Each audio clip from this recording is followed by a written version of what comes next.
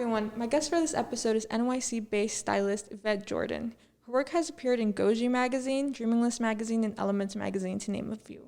You can view her work on her Instagram at Yvette is Styling. So thank you so much for coming on. Thank you, Valeria. Thank you for having me. So we spoke a little bit before the interview, but can you tell us a little bit about what you've been doing these past few months? Yeah, so these past few months, I've been working on a few projects, some that I'm really excited about that have come out that you've seen, some that are yet to come out, some that are yet to be featured. So really just working, creating, and also taking on personal clients and things like that. So that's kind of been what's been going on with me. So last time we spoke, you mentioned something that you were actually laid off from your job, and that this gave you the opportunity to work on new projects like in freelancing and personal wardrobe styling. So I feel this is something a lot of people in the industry can relate to on a personal level. Can you tell us what it's been like, especially getting laid off in this specific time is completely different? Yeah, so I work for a major retail company that I will not mention, but I was there, and in April they furloughed us, and then eventually they decided to close the location that I worked at and officially lay off everyone there. Not everyone, but the majority of the staff. So that really opened up my schedule and my time and energy to dedicate to wardrobe styling, and that's why I feel at this point I've been able to do the work that I've done because it is now a full-time job. Right. So you said that you were working as a visual merchandiser, and I feel a lot of people who don't know too much on the industry, they're not aware there's a job opportunity that people may actually have. So what did you do as a visual merchandiser? So the way I explain this to people, because a lot of people, when I mention that I'm a visual manager, they don't know what that means. So when you walk into a retail store and you notice that the mannequins are so beautifully dressed, down to the scarf, down to the way the shoes are tied, we do all that. We decide where product goes. We create the rooms. If you walk into one room and it's leather and edgy, we create that. Or if you walk into one room and it's more business styled, we decide where the product goes. And an example I give is for example, Victoria's Secret, right? They have, when Valentine's Day rolls around, they completely switch their store. Right. When Christmas rolls around, the store is Christmas, Macy's, everything's Christmas. So the visual team will work overnight, usually more than one overnight, to get the store flipped to Christmas, right, with boxes and everything, Christmas trees everywhere. So that's essentially what that team does. Right. Yeah, I feel it's a career that it's, I would say stable because you have a retail job, you work for a brand, and I think a lot of people that work in styling or they want to work in styling, they don't know it's an option because retail jobs tend to be a lot less in the spotlight. You don't see them as often. Or, so people don't know what that is, but I feel it is a good job option if you're into styling but you want something more secure. Yeah, and I think a lot of people, and it is sales driven. There is a sales team that focuses on sales. There's also an operations team that all they do is make sure the store is running operationally. Then there's a visual team. There's sometimes you might have an HR team in the store. So there's a lot of different parts of what goes into at least a flagship location kind of store where everything's split up and there's a team for everything. Then that visual element, I guess you wouldn't know unless you were told about it, because it's not at the forefront of what you think when you think of a retail job. Right, especially because I feel a lot more casual stores, they have their own sales associates sort of do the visual merchandising, so they're not aware higher end stores or bigger brands, they have an actual team that's dedicated entirely to visual merchandising. Exactly. So, right. Yeah, so how did you first get into styling? So when I was in high school, we have all those senior events that you're supposed to go to, and I worked in retail. I had a job, a after school and weekend job where I just used my discount, and I had a bunch of great clothes in my closet, and my friends would come over and ask me to style them for senior photos or grad bash, which is something that people do in Florida, or senior breakfast or the ring ceremony. So I pretty much styled all my friends for all those events, and that's pretty much when I realized that I could do it and I like to do it. But then later on, I realized that stylists, wardrobe stylist, is an actual career that people just do that. And once I realized that, I think it was pretty much like a no-brainer.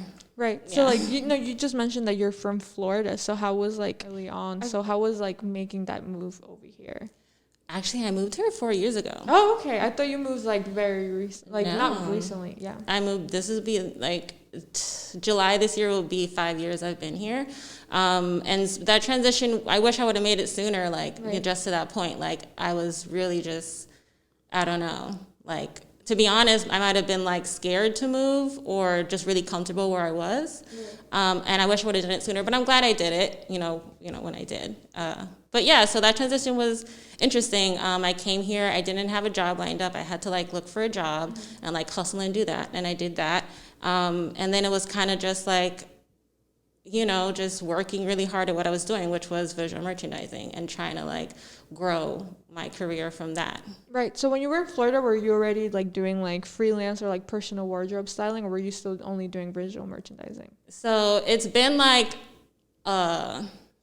off and on with like retail and wardrobe styling.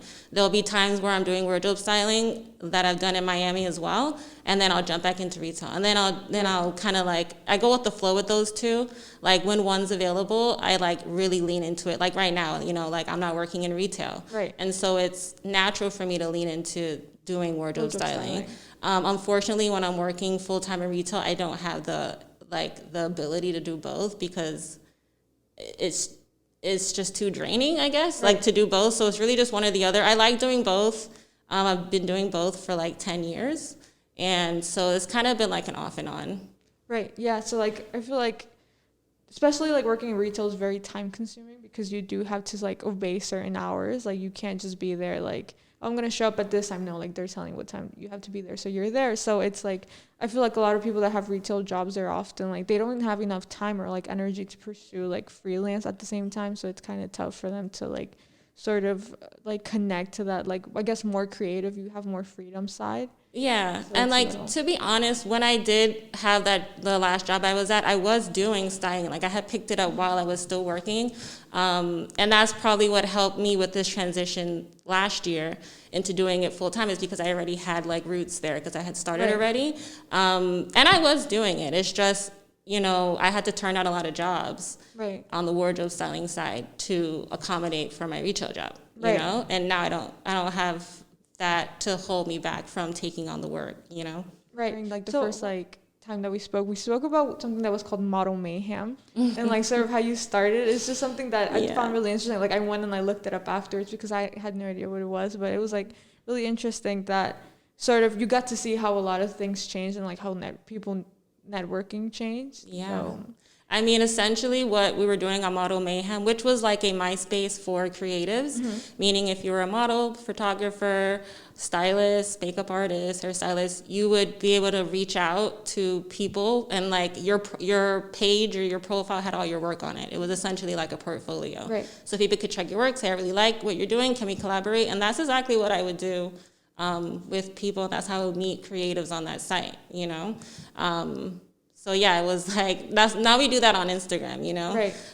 But that's how like 10 years ago, like I was doing it. Right. Is there any like website like now that's similar to that? Do you know of any?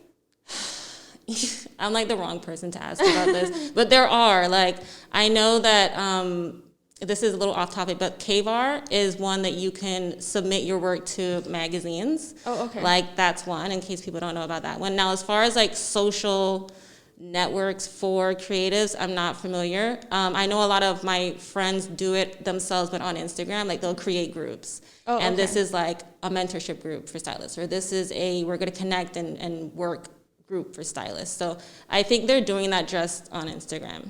Right. I feel like Facebook too. Facebook groups, a lot of people go on those. But I just spoke to another stylist like the other day. We made an interview with her, and she told us about this thing called Clubhouse, where you make like sort of forums or like chat rooms where you talk to people in the industry. So I think that's the new one that I just found out about. I didn't know what it was, and I know I know other people that I had on the podcast. They've recently like gotten on it, so that's like a cool one to check out. Yeah. Thank you for that. Yeah. So. Did you do any internships or mentorships like when you first started? I did. So back when I was like, this is again like 10 years ago, I was like, I used to be heavy into like looking for gigs on Craigslist because they would just, you know, if you can suss them out pretty well, Right. you can, you know, you don't have to be scared of like what you're going to find at the other end of, you know, that interaction. So I saw a posting for an internship for a modeling agency on South Beach. And I went and I applied and I got it. And it was just like such an amazing experience. Like, you know, they give you like a company card and they're like, we have this model coming in. We're going to take her like more commercial and we want to do this theme shoot. What do you think? And like I got to collaborate with them. I got to like pull from the showrooms in Miami like for these girls. I got to be there on set to style them and like it was really dope.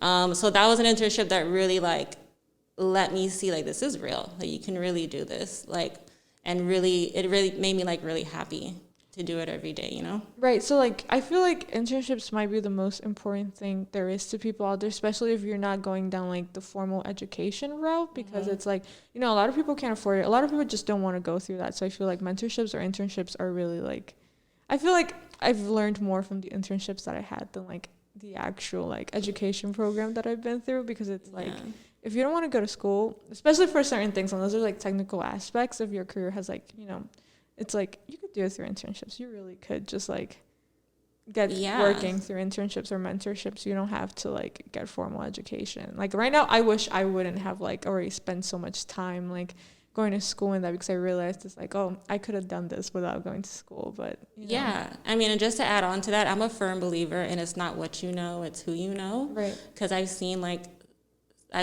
that played true like so many times in my life. Like for me personally and with people around me, it's like you need to get those connections. Like the networking is really at the core of it. Right. Now, if you're going to school and your goal is to network and leave there with, you know, colleagues, okay.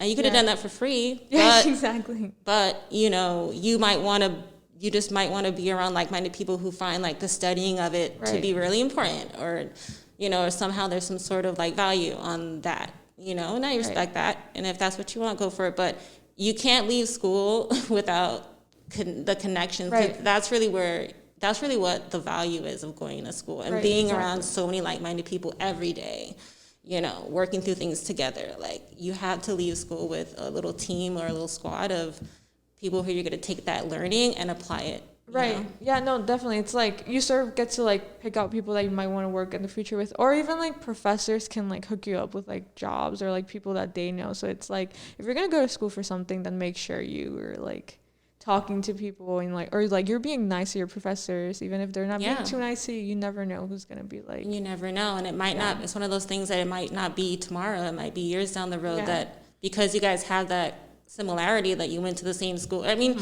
you know, like we all know how that works. Like I get it, but I just feel like it's not the only option. Like if you cannot make it to design fashion school, you can still get it done. You can still end up in the same rooms as these people years from now if you work hard and you know, dedicate the time and energy to like hustle and like get the work, you know? Right. Yeah. So it's like overall, just don't be discouraged if you can't go to like college or you can't get formal education, because there's, especially in the fashion industry, there's way for you to like do it without having formal education. There's all many ways. And like I understand like a lot of people do ask like, how did you get here? How did you start? Because everyone's story is so different. Right.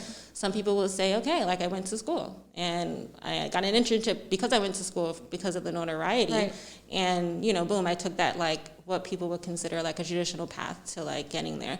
Or it could have been like, you know, I, you know, used to have a friend who did makeup, and she asked me to come to set one day, and I, you know, kind of like gave the model my jacket, and I became a stylist. And like, you know, there's so many like random ways you can like fall into that field. And so like, I understand why people wonder like, how'd you do it? How'd you do it? But honestly, like school isn't just the only way. Right. You know, I guess that's what I'm trying to say. Right. No, yeah. It's like I've had a lot of people on too who like no formal education. People dropped out of like other careers, like not like creative careers, just to join here. And it's like they're doing good and they're able to like live off of what they do. So it's kind of like, you know, if this is a really good industry to, you know, obviously medicine, you can't just be like, oh, I'm going to become a doctor, but you never went to college. Like that's not like an industry that you can do that in. But this is definitely an industry where you can just be like, I'm good at this and like I'm naturally talented for this. So even if I don't go to school, I know I'm going to like be able to do this. Yeah. I mean, I totally agree. I mean, unless you want to, and I know it's like you legally need a degree to like practice law or practice medicine and things like that. But everything else really, besides like professions where you're legally obligated to have a degree for it, then you could just do it. Like, you don't have to, I mean, the funniest thing is like business school. Like, you don't have to go to school to learn how to run a business. Like, people come from everywhere around the world and run businesses without schooling. So it's, it's just like, how do you like dedicate time to educating yourself? That could be free, and getting out there and just doing it. Yeah, like I actually go to like FIT for business, and I found that I'm like, I could have gotten this from like you feel that reading. Way? Yeah, I do feel that way. So it's like, people ask me like, oh, do you regret going to school? I'm like, I kind of do regret going to school, because I feel like a lot of things I've learned, I could have like learned on my own, or I could have learned like, on the way. And it's like a lot of things, I feel like they can't teach you certain things. You kind of have to experience them once you actually get out there. And it's like,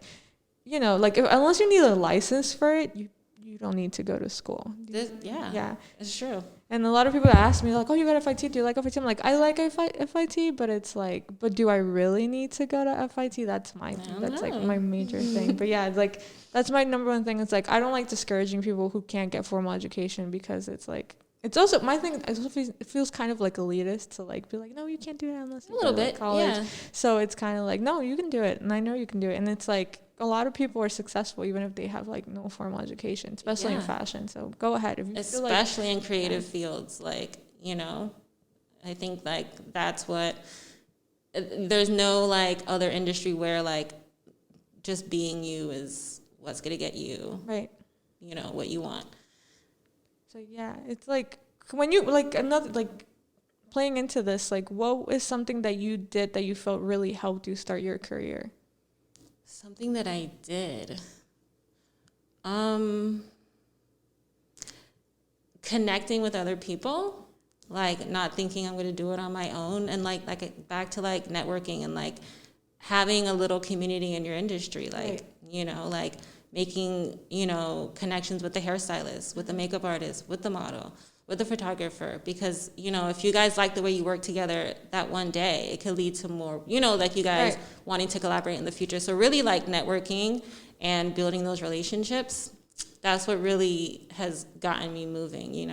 Right. So like right now, like since a lot of people aren't able to work, what's the best way to like sort of keep in contact with those connections you've already made without losing them? Because some people have been out of work for like months, or like they they don't feel safe, so they don't work. How do you stay connected with those people? I mean, it depends. If you guys communicate over text them. If you communicate over IG or email or whatever, however you normally reach out to them, just do it. Right. So it's just like, sort of keep it more like on a more personal level, like, hey, I remember you exist, and not so much like I only try to hit you up when I want to work. But well, that's a case by case basis. Right. You might connect more personally with someone than you do with someone else, where it might be that you are only hitting them up for work. Or some people you might want to be like, hey, happy holidays, hey, how you been, how you doing, how's your mom, because you did connect in that way. So that's you got to play that by ear. Right, definitely. Like I feel like a lot of people get a little picky with like, oh, I don't want to work with her because I didn't click.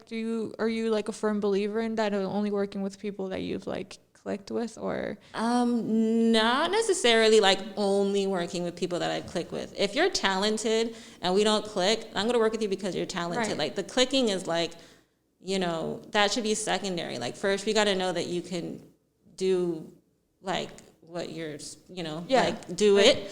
And then after that, if we click, fantastic. I'll be more prone to work with you. But I think you got to execute first. And just because I don't click with you doesn't mean I won't work with you. Right. Yeah. Like, cause I've heard a lot of people are like, no, cause I don't like her. Like, I don't like how she worked. Or like, I didn't like this. And it was like, but did you like how she worked? Like, yeah, I just didn't like her like that much. It's like, oh, okay. Well, yeah. Different people have different styles of working, but I feel like it's, I mean, there have been people who I've determined I don't want to work with because the vibe was just not, it didn't feel right. Right. It wasn't even productive. Or they might have been triggering me or something while I was working, and I was like, I don't need, like, I can't, I'm not going to put myself through this. And that's fine. You know what I mean? But that might be like an extreme case where like this person is really not for me. And, when you meet anyone like that in your life, I'm sure we all feel the need to separate ourselves from them, whether it's work or not. But I would say that I have like a pretty like high threshold for, you know, I guess whatever people find to be like too abrasive. Right. I'm a little more open to that. But I have, you know, come to that determination too with some people. Right. Like there's like a clear limit, like a clear difference between being like not being buddy with someone and then someone straight up being like not a good person to work with. Yeah, sometimes you get on set and it might be like a power struggle. It might be a this, a that. It might be tension. It might be ongoing. And it's like, you know, you only need to experience that once. Like, you know, and if you have the choice, you know, which in this case we do, to not, then you just don't. Right. So, like, knowing what you know now, what would you have done differently, like a couple years back? Oh, well, number one, I would have definitely moved like out of my mom's house like earlier. Right. I would have moved out sooner, you know, just because I could have just gotten so much more done if I was on my own already sooner. So that just plays back into like me moving here, you know, like when I did and not sooner. So yeah, I just would have just been a little bit more like proactive early on. Right. Was it like when you first moved here, was it easy to find like a community of creative people that you felt comfortable with? When I first moved here, I wasn't focused on that because I was working in retail, and like only in the last like year and a half have I delved into creating a community of creative people. And that wasn't that hard because I knew how to do it because I had done it before. Right. Just like reach out to people. It's like you just reach out to the people you admire, the people who you want to work with, and like, you know, they're not all going to say yes, but some of them will. And the ones that do, you roll with that. Like, you know, and that's pretty much what I did. I reached out to stylists. I was like, hey, listen, like, you know, I'm willing to assist you. Like, if you need an assistant, like, let me know. And I just started working with stylists that way, and like, it's grown from there.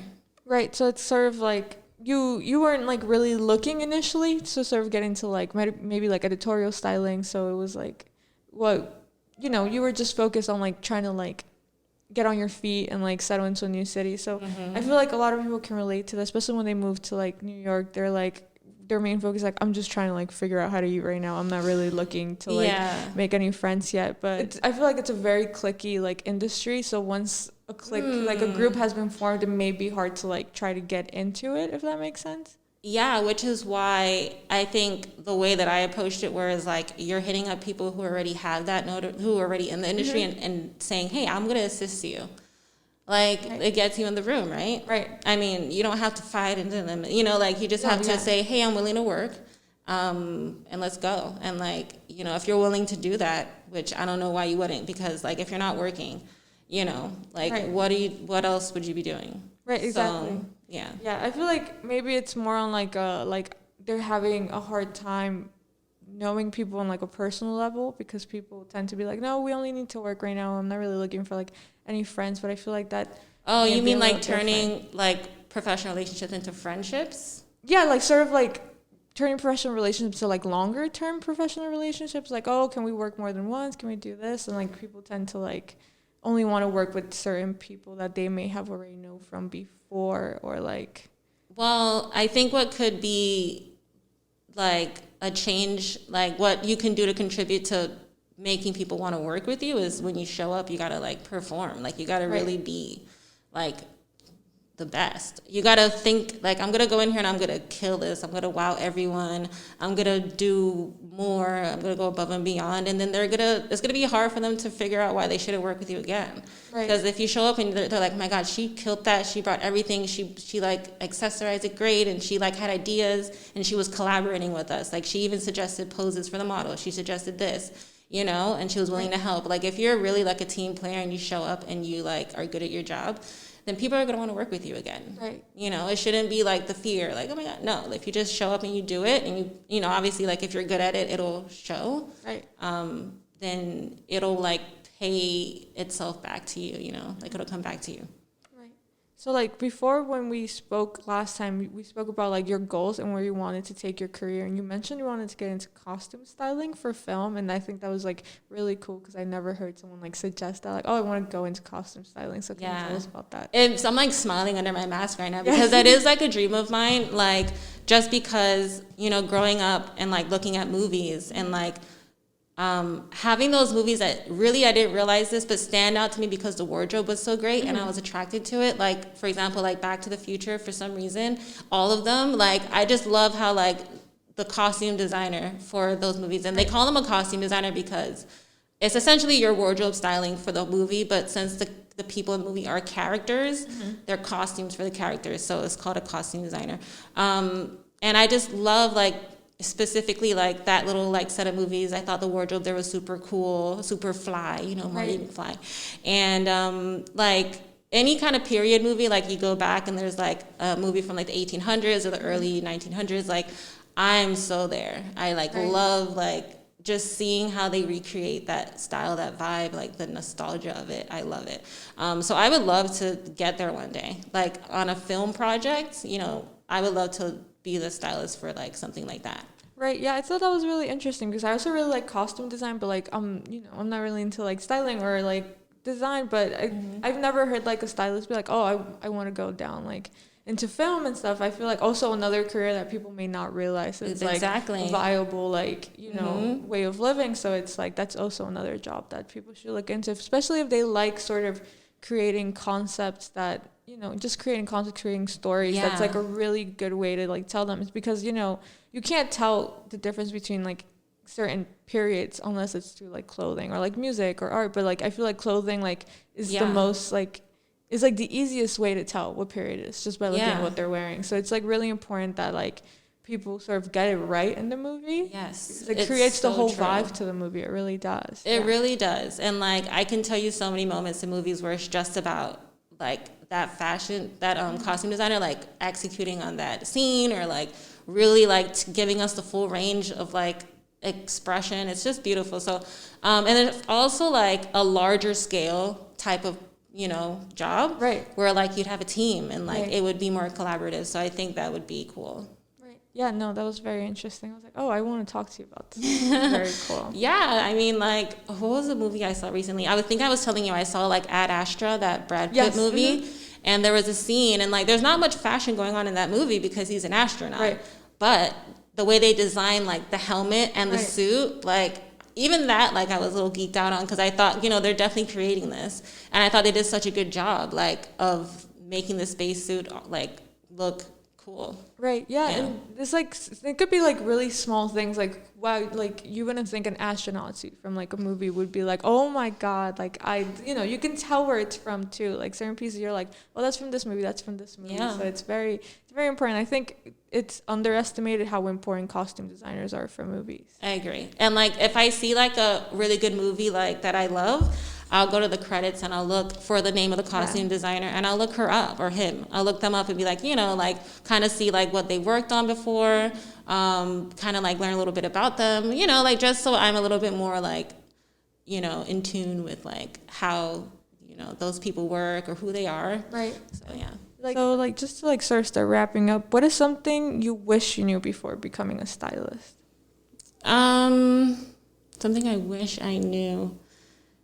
I don't know. I just feel like I don't know if I can have an answer to that because I just feel like I've learned everything as I go and everything I've encountered. It hasn't been like, oh shoot, like I wish I would have known this. It's like, oh, okay, cool, and then I just roll with it.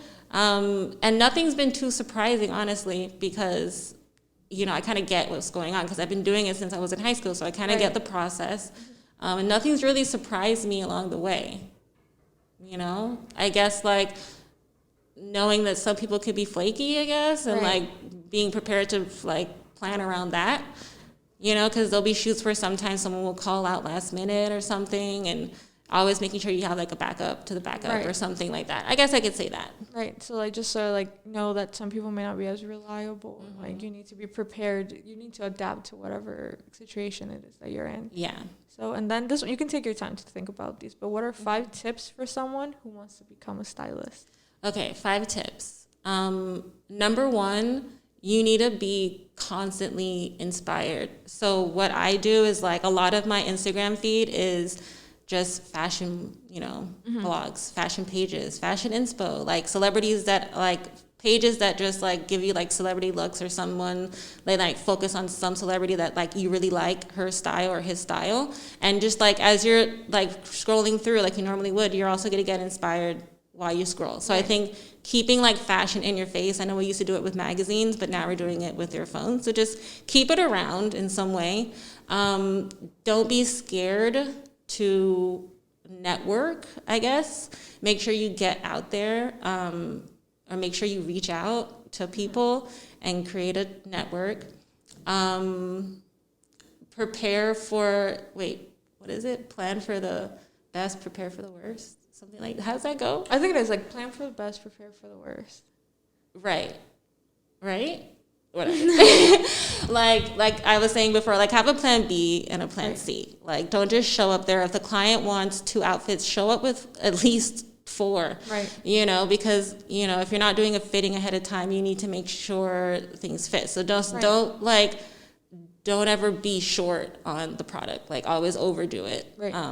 Because you never know what's gonna happen. You gotta be collaborative. Like when you get to set, it's not gonna be all about you and what you want and what you want to create. I mean, unless you're the creative director for that shoot, even then you're gonna have to collaborate with the rest of your team. So, and this also being a good team member, like a good partner. Like if you feel like something's out of order or out of whack, like speak up, and like, they're going to appreciate that, especially if it's going to reflect on, their work or your work. And I would welcome that as well. Like if people are like, hey, you know what, you need to do this or that, I welcome it. So I think like creating that communication with your team is like that open communication is important, and to not be afraid to like allow that. Right.